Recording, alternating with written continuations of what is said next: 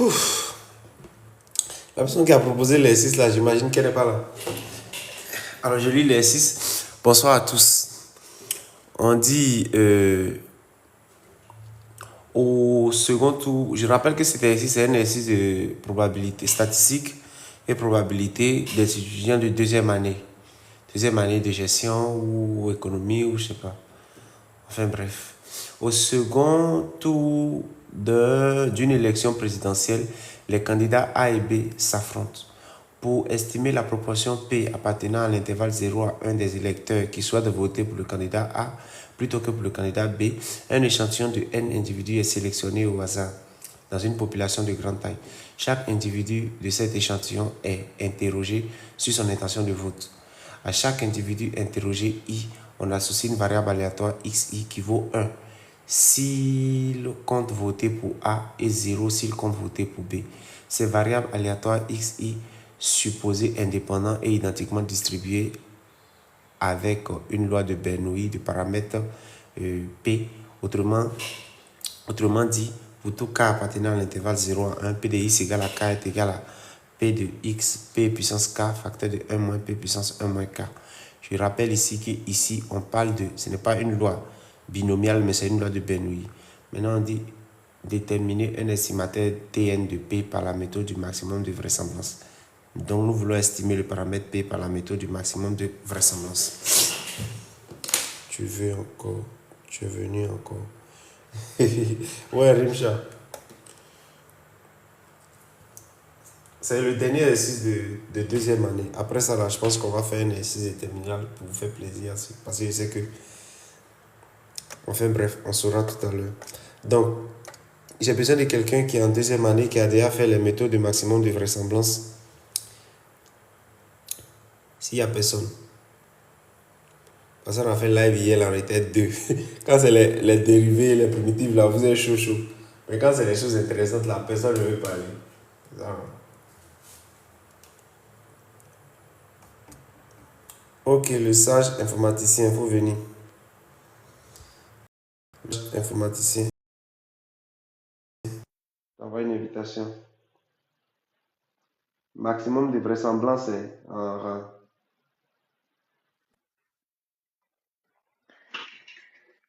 On veut déterminer un estimateur par la méthode du maximum de vraisemblance. Est-ce que tu peux nous aider?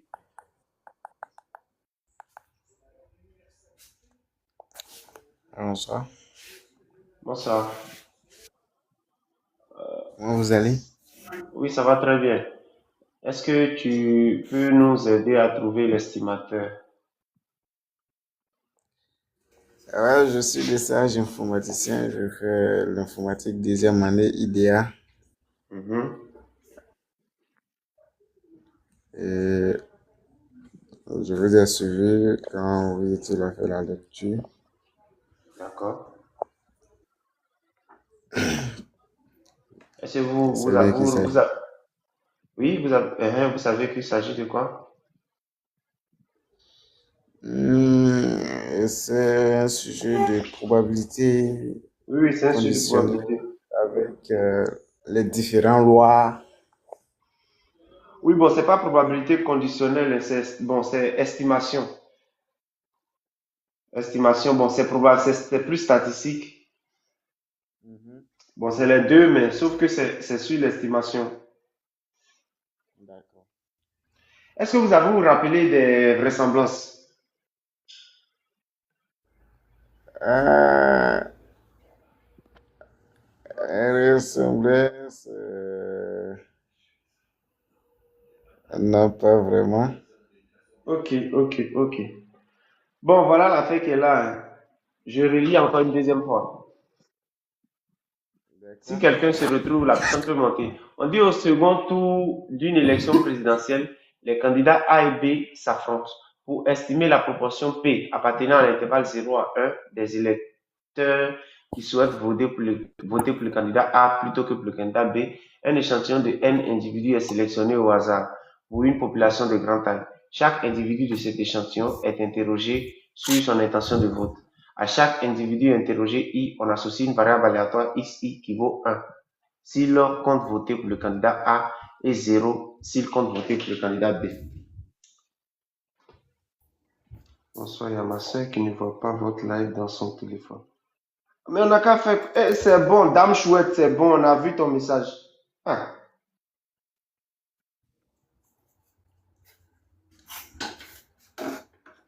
Oumou. Mais vous dites quand même. C'est quoi le souci? Maintenant, elle dit elle ne voit pas. Moi, je n'ai rien fait. Je n'ai pas émis de restrictions par rapport au live. Donc, c'est sûrement lié à elle. Toi, Oui, Dame Chouette, vous dites que votre soeur ne voit pas mon live. Moi, je n'ai pas émis de restrictions sur les lives. Hein. Donc, c'est sûrement, je ne sais pas. Maintenant, où vous avez mis point d'interrogation là, c'était pourquoi? C'est pour ça que je vous ai invité. bonsoir. Bonsoir.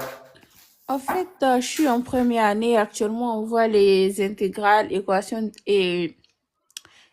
différentielles et développement limité. Je comprends pas trop. Je sais pas si vous allez faire une séance pour ça, pour m'expliquer. Ce qu'il faut, c'est de sélectionner un exercice ou deux exercices à travers lesquels on pourra t'expliquer les choses. Vous voyez l'exercice D'accord. que je suis en train de faire, par exemple, c'est un abonné qui a choisi l'exercice, il avait des difficultés dessus et on a Je programmé les ça en live. envoie sur votre compte ou bien? Oui, oui, oui, sur TikTok, tranquille. Ok. Ok, Donc, maintenant, demain, je peux vous oui, envoyer et vous ferez le live quand? quand tu vas envoyer le sujet et quand le live sera programmé, Quand je je vais vous t'écrire envoie pour ça te... demain, vous faites le live. Mhm. Non. Si tu envoies, il y a d'autres sujets qui sont là, qui sont en attente. Est-ce que tu comprends? D'accord, il n'y a pas de souci. Alors, bah, Ok, ok. D'accord, je vois. Allez, bah, merci. merci. À plus. Et comment on Bonne l'appelle? soirée. On peut continuer. Est-ce qu'il y a quelqu'un sur le live qui connaît les fonctions de vraisemblance? Steve by Nix, merci. Mais deuxième année, première année, deuxième année, j'ai déjà dit ça, non? Ok, aujourd'hui encore, ça sera un one-man show.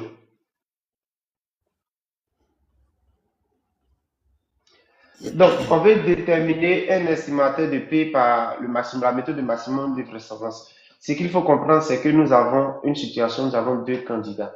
Les deux candidats là, il y a le candidat A et il y a le candidat B. Maintenant, parmi tous les électeurs là, nous avons choisi N électeurs, N électeurs. Et sur les N électeurs, on se pose la question de savoir combien de candidats vont voter, combien d'électeurs vont voter pour le candidat A. Ça veut dire que lors des élections, quelqu'un peut demander, par exemple, un sondage pour pouvoir voir si il a plus de chances de gagner et, comment on appelle, que de perdre. Donc, il peut s'intéresser à la proportion P des personnes qui vont, comment on appelle, qui vont voter pour lui. Et donc, on ne peut pas estimer cette proportion-là sur l'entièreté de la population. Donc, on va estimer ça sur un échantillon. C'est ça qu'on appelle sondage. Donc, dans notre cas ici, là, on a pris un échantillon de N personnes et on recherche à estimer la valeur de P. Donc, la méthode de maximum de vraisemblance consiste à faire quoi? À chercher la fonction de vraisemblance, la dériver par rapport au paramètre, poser égal à 0 et tirer le paramètre. Et ce paramètre tiré représente l'estimateur en question. Donc, c'est ce que nous allons faire. Nous allons rechercher la fonction de vraisemblance. Donc, je vais écrire quoi? La vraisemblance pour un échantillon de n variables aléatoires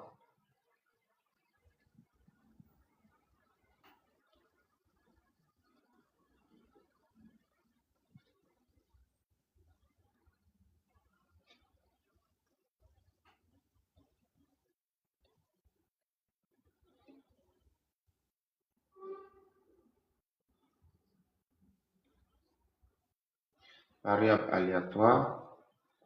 Les n variables aléatoires, là, je vais les appeler, bon, comme c'est x, nous avons x1, x2 jusqu'à xn. Hmm? C'est donné par quoi?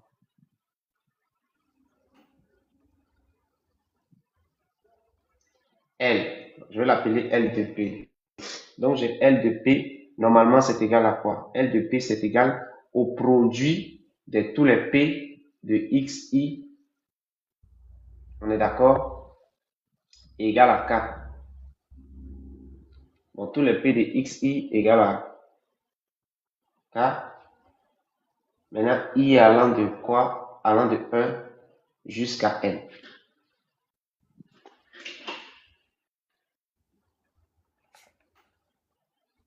Voilà ça.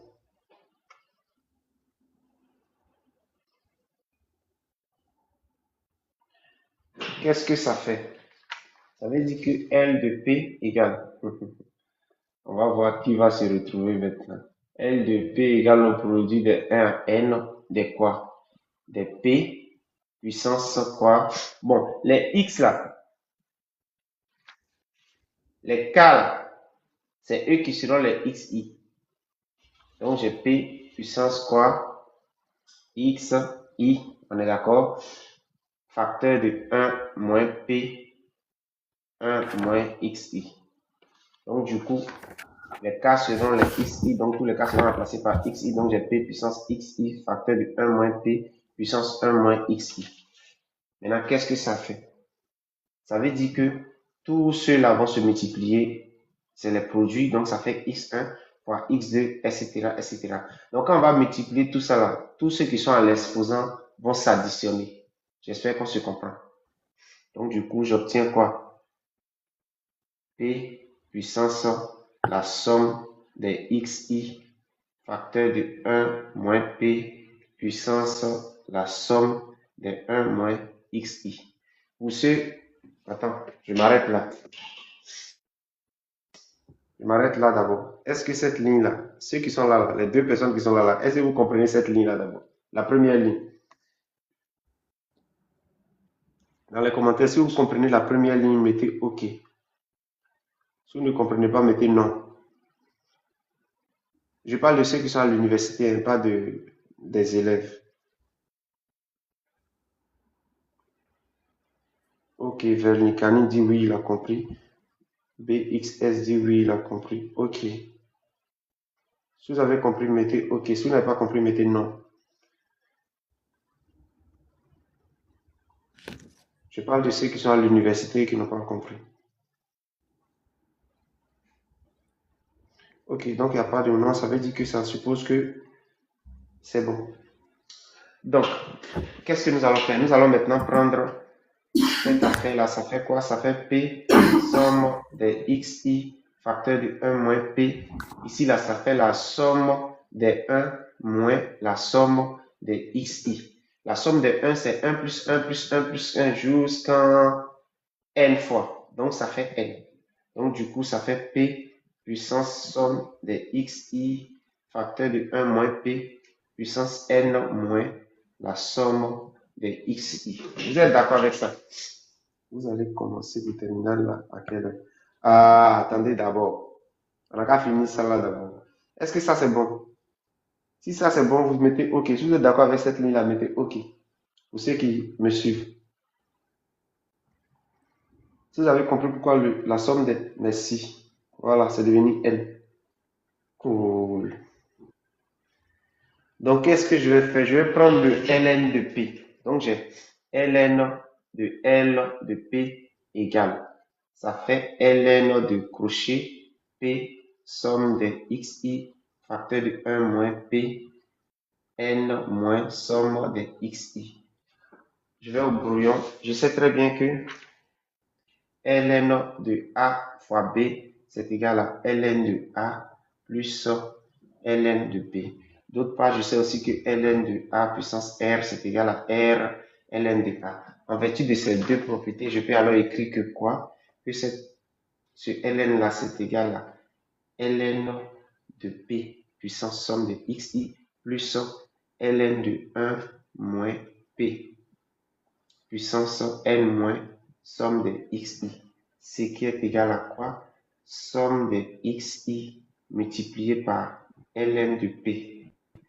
Puisque je sais que ln de A puissance R, ça fait R ln de A. Plus maintenant n moins somme de xi ln de 1 moins P. ce qui est égal. Est-ce que c'est bon? Est-ce qu'on se comprend ici? Est-ce que c'est bon? Cette dernière ligne-là, est-ce que ça va? Ok, ok. Super. Donc, du coup, j'ai fini avec cette affaire. Ça, c'est ln de L de P. Maintenant, qu'est-ce que je vais faire? Je vais dériver maintenant le ln de cette fonction de versement par rapport à P. Donc, j'ai d de ln de L sur d de P, c'est égal à quoi? La dérivée de ça par rapport à P, j'ai somme de xi, ça ne change pas. Donc ici, je mets somme de xi puisque c'est une constante multipliée maintenant par la dérivée de ln de P, ça fait P' sur P. Or, P', ça fait 1. Donc, ça fait 1 sur P. Plus maintenant, ça c'est une constante dont je vais la réécrire. N moins somme de xi. Ça maintenant, fois la dérivée de cette affaire, c'est 1 moins P' sur 1 moins P. 1 moins P. La dérivée de 1 moins P, ça fait moins 1 par rapport à P. Donc, du coup, qu'est-ce que j'ai désormais? J'ai 1 sur P, somme de xi, plus, pardon, ça fait moins 1 sur 1 moins P, facteur de n moins somme de xi. Voilà ce que j'ai. Voilà ce que j'ai. Maintenant, qu'est-ce que je vais faire? Je vais dériver encore une deuxième fois. Normalement, je vais poser égal à 0. Bon, je vais poser égal à 0 d'abord, avant d'avancer. Donc, qu'est-ce que j'ai? Bon, je vais dériver une deuxième fois d'abord. Comme ça va me permettre d'aller vite. D carré de ln de L sur dp carré. Ça veut dire que la dérivée de cette affaire-là, je vais dériver une deuxième fois encore. La dérivée de ça, de 1 sur p, ça me fait moins 1 sur p carré. Donc, moins 1 sur p carré, somme de xi. Voilà. Maintenant, et comme on a fait cette affaire-là, je vais encore la dériver. Donc, ça fait quoi? Ça fait moins, barre de fraction, la dérivée de ce qui est en bas, ce qui fait moins. Techniquement, ça fait moins. Bon, j'ai 1 moins p, le tout au carré ici. La dérivée de 1 sur v, ça fait moins v prime sur v carré. Donc, du coup, ça doit faire moins la dérivée de ce qui est là, qui fait moins 1. Donc, ça fait plus 1. Facteur de n moins somme de xi. Donc, du coup, qu'est-ce que ça fait? C'est égal à moins somme de xi sur p moins encore n moins somme de xi sur 1 moins p carré. Maintenant, après que j'ai dérivé deux fois, je vais poser la dérivée première égale à 0 pour avoir p. Donc, j'ai d de ln de L sur d de p égale à 0 entraîne que toute cette affaire-là est égale à 0. Donc, du coup, ça entraîne que 1 sur p somme de xi moins 1 sur 1 moins p facteur de n moins somme de xi égale à 0. Je vais essayer de résoudre maintenant cette affaire. Je vais essayer de résoudre cette affaire. Essayer de résoudre cette affaire. Qu'est-ce que ça me permet de dire? Voyons voir. Je peux balancer ça de l'autre côté. Est-ce que je peux balancer ça de l'autre côté? Mon but, c'est d'avoir P. Je vais balancer ça de... Qu'est-ce que j'ai? Ça me fait somme des xi. Et ici, c'est carré sur P moins n moins somme des xi sur 1 moins P égale à 0. Ce qui équivaut à... Si je rends les deux au même dénominateur, qu'est-ce que ça fait? Là, ça me fait P facteur de 1 moins P. Et ici, j'ai 1 moins P facteur de somme de xi moins P facteur de n moins somme de xi qui est égal à 0. C'est égal à 0 si seulement si le numérateur est égal à 0. Ce qui entraîne que 1 moins P somme de xi moins P facteur de n moins somme de xi égale à 0. Si je développe, je somme de xi moins P fois somme de xi moins np plus p somme de xi égale à 0. Ça et ça vont donner 0. Donc, du coup, j'ai somme de xi moins np égale à 0. Ce qui me permet de dire que np égale à la somme des xi. Du coup, je peux dire que P égale à 1 sur N somme de XI.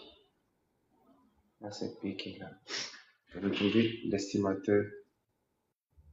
J'ai retrouvé l'estimateur du maximum de vraisemblance. Ça peut aller.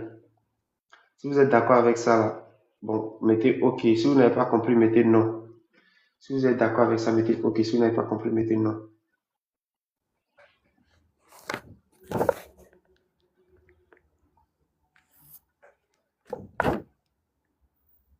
Merci à ceux qui ont répondu. Voilà. Donc, c'est l'estimation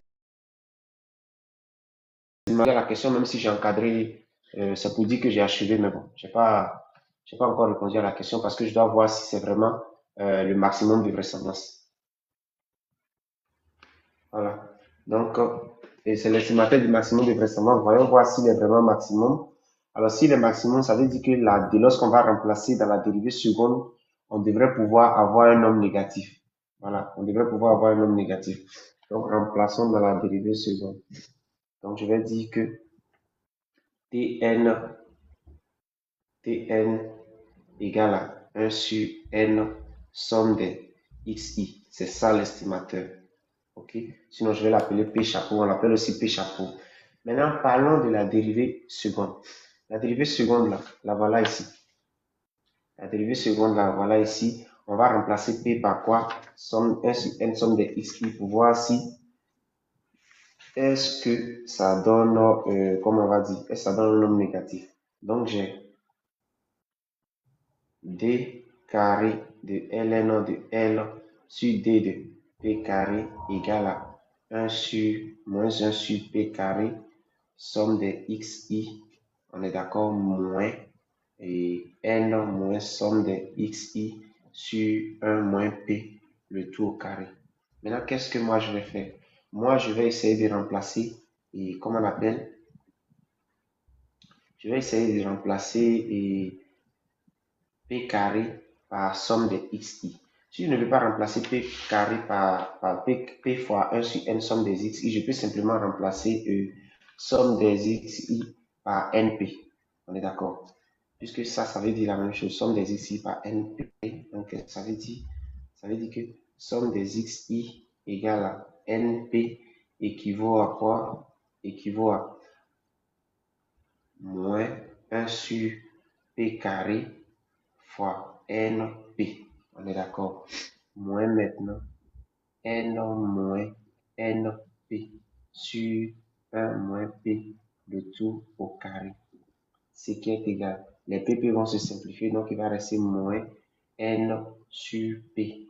Moins maintenant. Si je mets N en facteur, ça va faire N facteur de 1 moins P sur 1 moins P, le tout au carré. Après simplification de 1 moins P, ça va donner moins N sur P moins maintenant N sur 1 moins P. On est d'accord? Voilà. Ce qui est encore égal à quoi? Moins facteur de N sur P plus N sur 1 moins P, qui est un nombre strictement négatif. Puisque ça c'est positif, ça c'est positif, ça c'est positif, ça c'est positif, c'est un nombre négatif. Donc on va dire que Tn est vraiment, je souligne vraiment parce que là c'est une vérification, est vraiment l'estimateur du maximum de vraisemblance.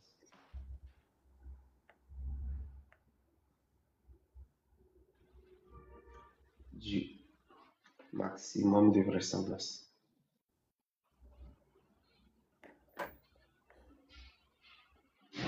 Voilà. Donc nous avons trouvé l'estimateur du maximum de vraisemblance. On va passer maintenant à la question suivante. Qu'est-ce qu'il demande à la question suivante? Attends, je vais poser des questions. Y a-t-il des choses qui n'ont pas été comprises ici? Des questions, ou bien si ça va, mettez OK, on va passer à autre chose.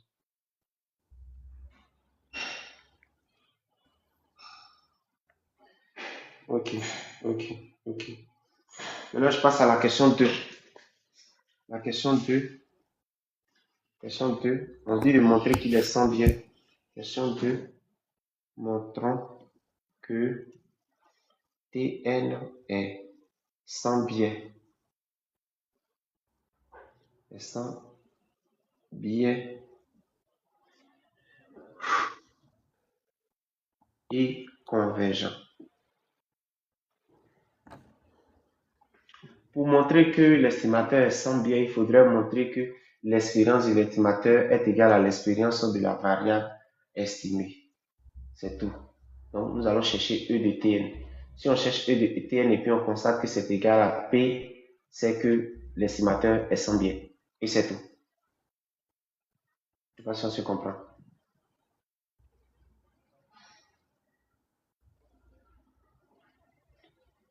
Donc, qu'est-ce que j'ai?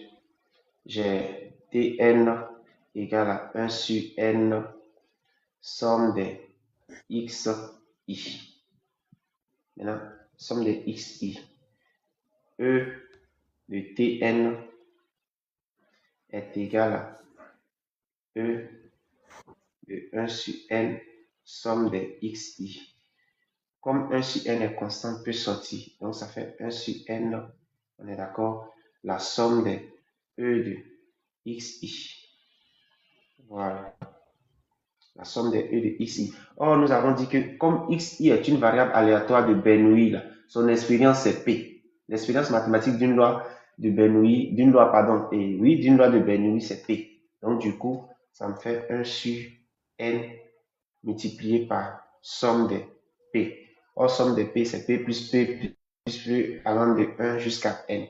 Donc, ce qui est égal à 1 sur N multiplié par N fois P. Les N vont se boire, donc ça va donner P. Donc, on a E de Tn égale à P. Je ne sais pas si on se comprend. E de Tn égale à P. Donc, vu que E de Tn égale à P, comment on peut qualifier l'estimateur Tn? Dans les commentaires. E de Tn égale à P, comment on peut qualifier l'estimateur Tn? Comment on peut qualifier l'estimateur Tn? Comment on peut qualifier l'estimateur Tn?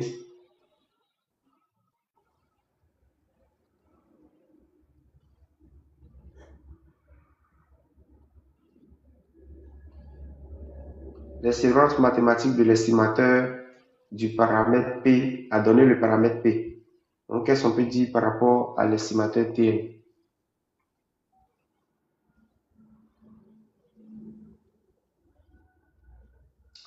Ok, merci beaucoup, Verlicane. Il est sans biais, c'est ça.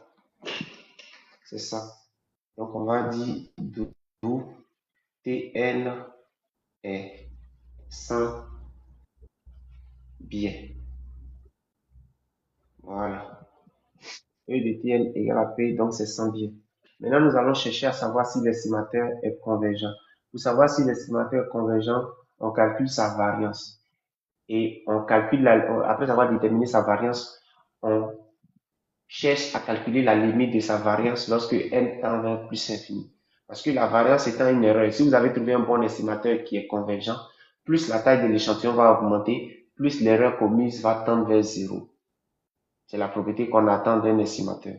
Mais si la taille de l'échantillon augmente et que l'erreur devient de plus en plus grande, c'est que l'estimateur n'est pas convergent. Dans ce cas, ce n'est pas un bon estimateur. Donc, nous allons chercher maintenant la variance de Tn. Donc, qu'est-ce que j'ai? J'ai V de Tn est égal à quoi? V de 1 sur n somme de xi. Ce qui est égal. Je sais que il y a une propriété qui dit V de ax c'est égal à carré V de x. Donc, du coup, c'est comme si le A, c'est 1 sur n, donc ça fait 1 sur n carré, on est d'accord, V de la somme de xi. 1 sur n, le tout au carré, ça fait 1 sur n carré. Maintenant, vu que les variables aléatoires xi sont indépendants, la variance de la somme est égale à la somme des variances. Donc, du coup, je peux écrire que somme de V de xi.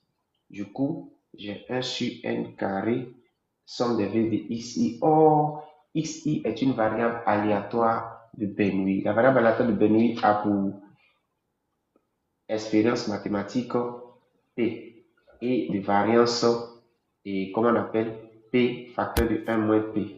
Ça, c'est des propriétés, même qu'on voit même depuis la classe de terminale. Donc, la variance de la loi d'une variable aléatoire qui suit une loi de Bernoulli, c'est P facteur de 1 moins P. Donc V de X égale à P facteur de 1 moins P. Et vu qu'on a sommé N fois, ça me fait N P facteur de 1 moins P. Les N vont se simplifier. Donc, qu'est-ce que ça donne? Ça donne V de Tn égale à P facteur de 1 moins P sur N. Ça, c'est la variance. Ça, c'est la variance. Maintenant, je vais encore poser une autre question. Limite de V de Tn lorsque n tend vers plus infini est égale à la limite lorsque n tend vers plus infini de P facteur de 1 moins P sur N qui est égal à quoi? Ça donne quoi comme résultat lorsque n tend vers plus infini? Dans les commentaires, ça donne quoi comme résultat lorsque n tend vers plus infini? 0. Merci à ceux qui incluent 0. Donc, égal à 0. Donc, je vais écrire que limite de V de Tn lorsque n tend vers plus infini égale à 0. De ce fait, Tn est donc un estimateur. Quel est le mot que je vais compléter? Un estimateur comment? Un estimateur comment? Un estimateur comment? La limite de la variance lorsque n tend vers plus infini a donné 0. Donc ça veut dire que Tn est un estimateur, on peut le qualifier de quoi? De convergent. Merci. Est un estimateur convergent. Convergent. Voilà. Et c'est fini. Donc, voilà, c'est un estimateur convergent. On a plié cette affaire-là. Je passe maintenant à la question 3. Je passe à la question 3. On me demande maintenant montrer qu'il est efficace. Donc, on demande de montrer que l'estimateur est efficace. Donc, je passe maintenant à la question 3.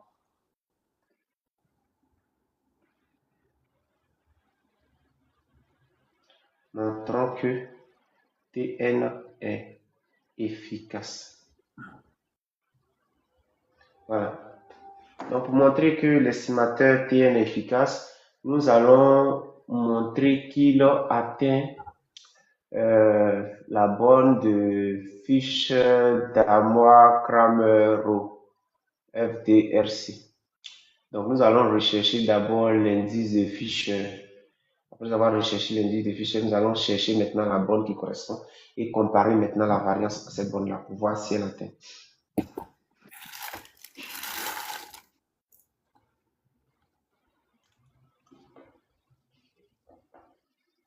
On peut avancer.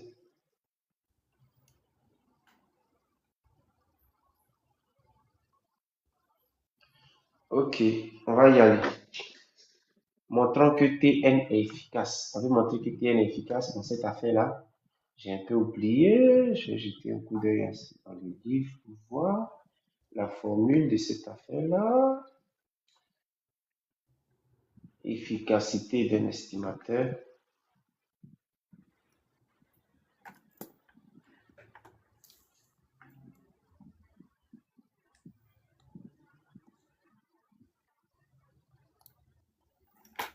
Estimateur ponctuel.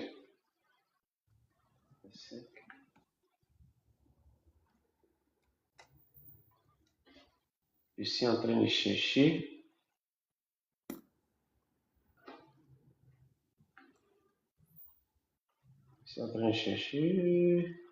Il faut chercher l'information de Fisher. Comment on fait déjà? Voilà. Donc, je vais chercher d'abord le IN, l'information IN de quoi? Par rapport à P. IN de P, c'est égal à l'expérience mathématique de moins D carré de ln de L sur D de P carré. Cette affaire-là, je l'avais déjà. La dérivée seconde, je l'avais déjà. J'ai D carré de ln de L sur D de P carré est égal. Quand j'ai voulu calculer et j'avais fait la dérivée seconde, je pense que c'est quelque part ici. Voilà.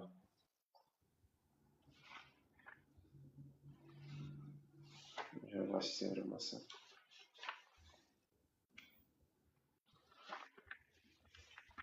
Ouais, je pense que c'est ça qui est là. Voilà, c'est ça qui est là. Donc, j'ai moins 1 sur P carré, somme de xi, moins, comment on appelle, 1 sur 1 moins P, le tout au carré, et facteur de n moins somme de xi. Donc, je vais prendre maintenant l'expérience, je vais multiplier par moins. Donc, j'ai moins d carré ln de L sur dp carré égale. Donc, tous les moins deviennent plus, donc ça me fait 1 sur p carré, somme de xi, plus 1 sur 1 moins p, le tout au carré, comme on appelle, facteur de n moins somme de xi. Bien, maintenant je vais prendre son expérience mathématique. Donc, qu'est-ce que j'ai? J'ai E de moins D carré ln de L sur dp carré égale à, je vais prendre E de tout ça, donc ça fait expérience de 1 sur p carré, somme de xi, plus 1 sur 1 moins p carré, facteur de n moins somme de xi, ce qui est égal, comme 1 sur p est constant, ça sort, donc j'ai 1 sur p carré, la somme des expériences de xi, plus maintenant 1 sur 1 moins p, le tout au carré, l'expérience de quoi? De n moins la somme de xi, ce qui est égal. Comme xi est une variable aléatoire binomiale de Bernoulli, ça fait p. Et donc, somme des E de xi, ça fait np. Donc, j'ai 1 sur p carré multiplié par np. Plus maintenant, qu'est-ce que j'ai ici? J'ai 1 sur 1 moins p, le tout au carré. L'expérience va rentrer, l'expérience de n, ça fait n. Donc, ça fait n moins np. Voilà.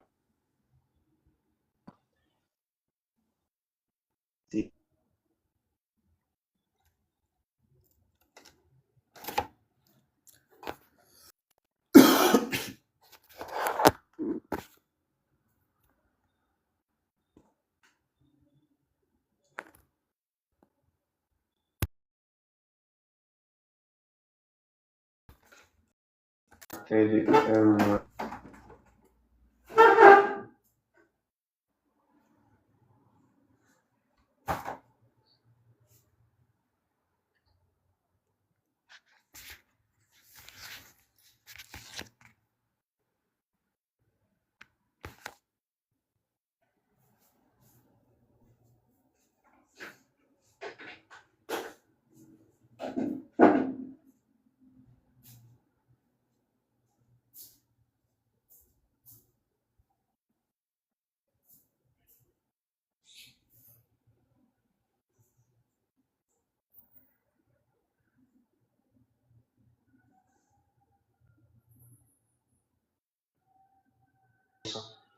n sur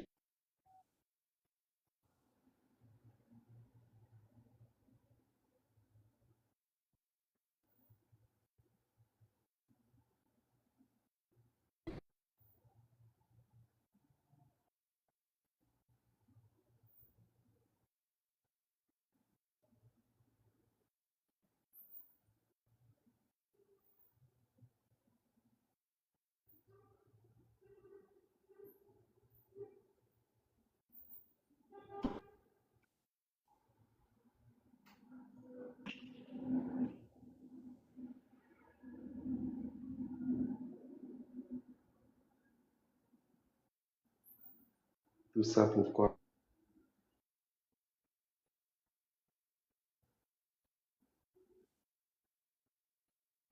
À la fin, voici le fichier, c'est ça.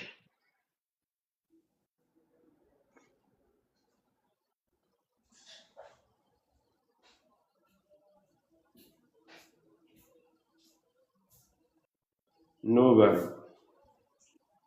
Bref. Personne ne trouve. Ah, regardez, il y a quel lien entre ça là et puis ça là? Ça et puis ça, il y a quel lien entre les deux?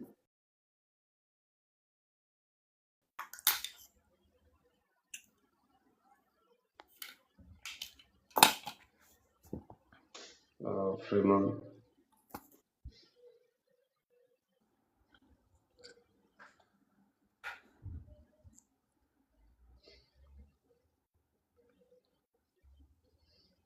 Ok, personne ne répond. On constate que cette valeur et puis cette valeur sont inverses l'une de l'autre. IN de P multiplié par V de Tn est égal à N sur P facteur de 1 moins P multiplié par P facteur de 1 moins P sur N. Donc j'ai IN de P multiplié par V de Tn égale à NP facteur de 1 moins P sur NP facteur de 1 moins P, ce qui est égal à 1. IN de P fois V de Tn égale à 1, ce qui veut dire que V de Tn égale à 1 sur IN de P. Ainsi, Tn est un estimateur. Il y a un mot qui manque ici. Complétez le mot. Depuis là, c'est maintenant que tu viens parler. Depuis, on est en train de parler de la vernicellanie. Depuis là, c'est que c'est un estimateur quoi? Il faut compléter le mot ici maintenant. Quel est le mot qui va rester là? Je rappelle qu'il vient d'atteindre la borne de Fisher-Damore-Craméron. Donc, du coup, c'est quel genre d'estimateur?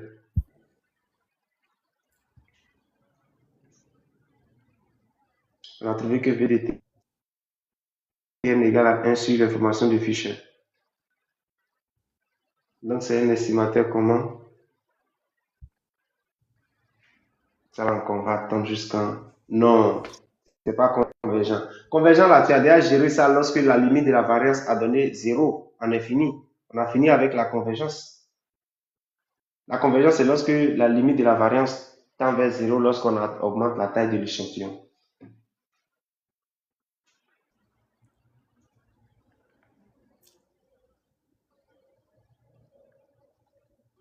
C'est quel genre d'estimateur? C'est pas terminal B.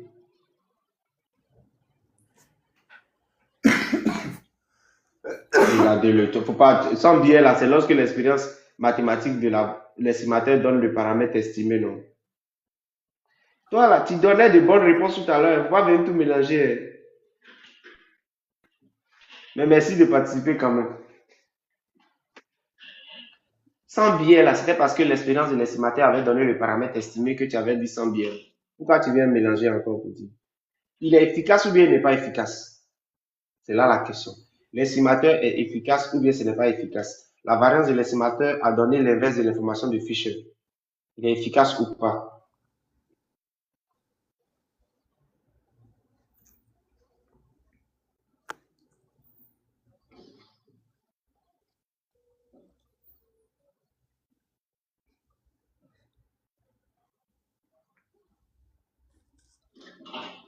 Bon, oui, il est efficace. En effet, il est efficace parce qu'il atteint la borne de FDRC. TN est un estimateur efficace.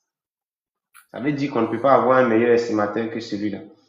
Efficace. Car il atteint la borne de Fisher, Darmois, Craméron. C'est Raoul. De point F D R C. Voilà. Cette question-là est terminée. On va passer maintenant à l'avant-dernière question. Question 4 maintenant. On dit si un échantillon de N égale à 100 électeurs, N égale à 100 électeurs. 70 ont déclaré voter pour A. 70 pour A. Donnez une estimation du paramètre P. Donc, petit a, estimation du paramètre P. Qui est chaud pour donner l'estimation du paramètre P?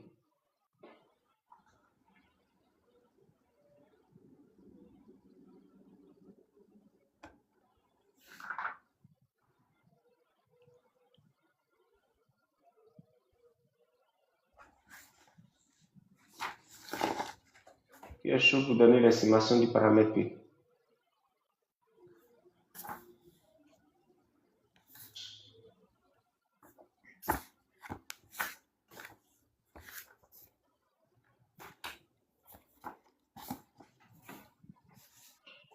Qui est chaud pour donner l'estimation du paramètre P? On a déjà fait tous les exercices, il reste seulement l'application. L'application, les gens sont en train de faire des choses comme ça. Tout a été donné déjà.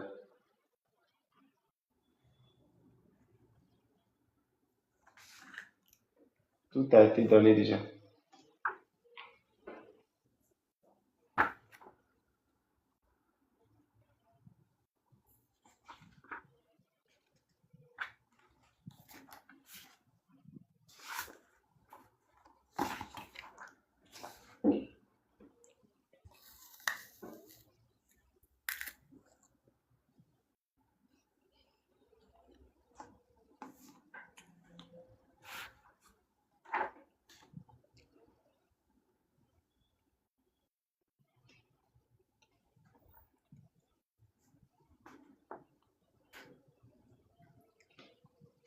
Personne.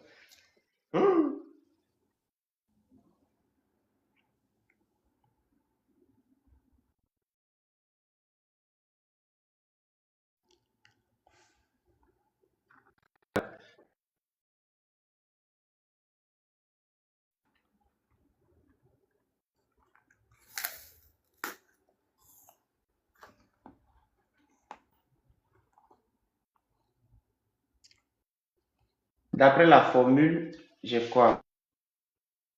Qu'est-ce que j'avais dit? 1 sur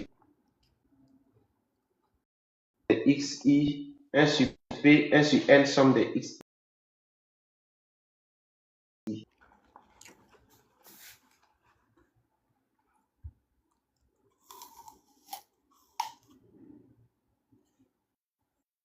Et c'est tout. Je passe à la...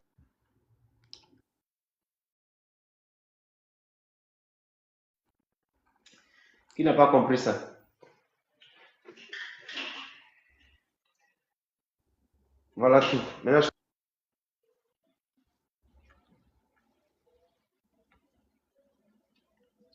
de confiance bilatérale symétrique au niveau de confiance 97% pour P. Donc, je mets alpha égale à 1 moins 97%, ce qui est égal à 0,03. Donc, alpha égale à 0,03 déjà. Maintenant, qu'est-ce que la formule dit pour le paramètre? La formule dit que IC, l'intervalle de confiance est égal, là c'est le coût, hein. Nous avons Tn moins Z de 1 moins alpha sur 2, racine carrée de Tn 1 moins Tn sur n. Point virgule, l'autre borne c'est Tn plus z de 1 moins alpha sur 2 racine carrée de Tn facteur de 1 moins Tn sur n. Fermé. Maintenant, qu'est-ce que je vais chercher? Z indice 1 moins alpha sur 2 est égal à Z indice 1 moins 0,03 sur 2, ce qui est égal à Z indice 1 moins 0,03 sur 2. Voilà, 0,985. Sensiblement égal. Bon, cette valeur-là, on peut lire ça dans la table. Dans la table. 2,17 entre parenthèses table statistique. Voilà. Donc du coup on a Z, notre intervalle de confiance serait égal à quoi? IC, bon, je vais chercher déjà IC égale 0,7 moins 2,17 racine carrée de 0,7 facteur de 1 moins 0,7 sur 100 plus maintenant 0,7 plus 2,7 fois racine carrée de 0,7 facteur de 1 moins 0,7 sur 100.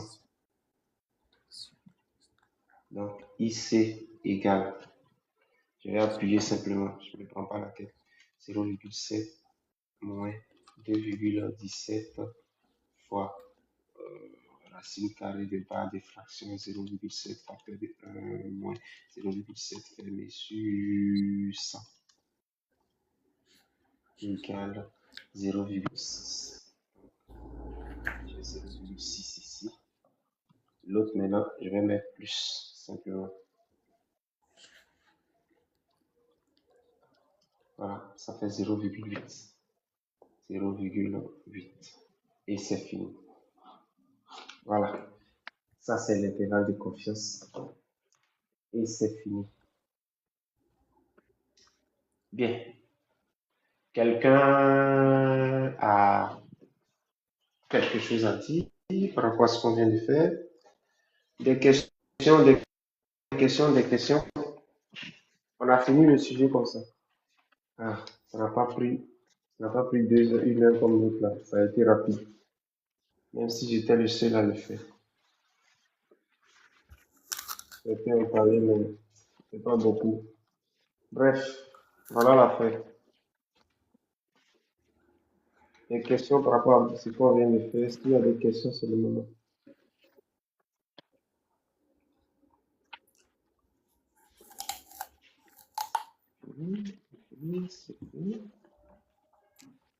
Et c'est terminé. Voilà la fin.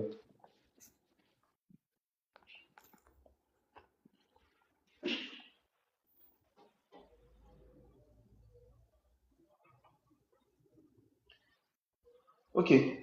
Donc, vu que ceci est fini, je vais mettre le live en pause. Je vais mettre le live en pause et puis publier ce résultat-là. Et puis maintenant, publier aussi le sujet que je vais faire rapidement. Donc, on s'attrape tout à l'heure. Aïe. Je te dis que c'est drôle. Qu'est-ce que toi tu as fait? Moi, je te dis, j'ai revenir. Parce que le sujet là n'est pas sous mes yeux, sinon j'allais continuer en même temps. Le sujet que je vais faire là n'est pas sous mes yeux. Oh, vraiment.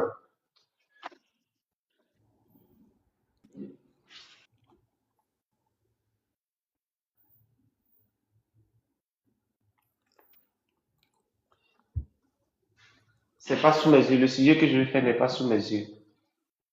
Donc là, le sujet que je vais faire n'est pas sous mes yeux. Donc, je vais devoir mettre le live en pause, aller et mettre ça d'abord sur ma page pour que les gens screenent ça ou suivent. Sans quoi là, ça serait bizarre. que je sois le seul à voir le sujet. C'est pas si on se comprend.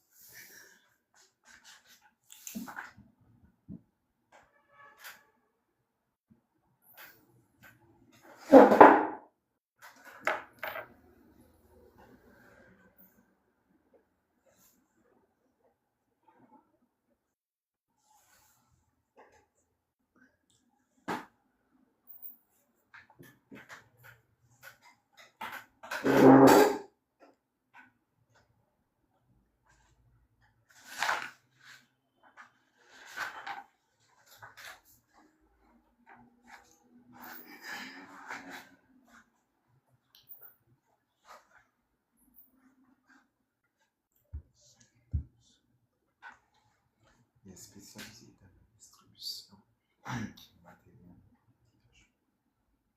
Sa clientèle se compose d'une mesure de répartie selon trois catégories: entreprises de production, petits revendeurs et catégories. Ça, ce sont des clients.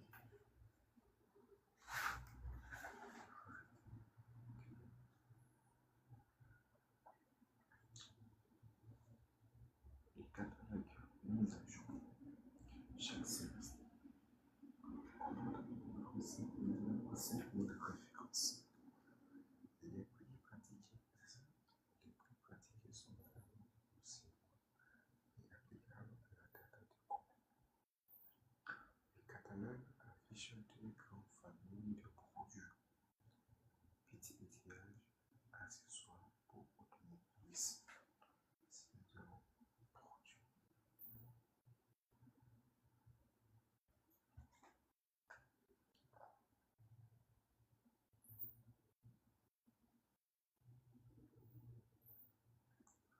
L'entreprise dispose de trois agences. Agence Plateau, agence centrale et agence centrale faisait également office de siège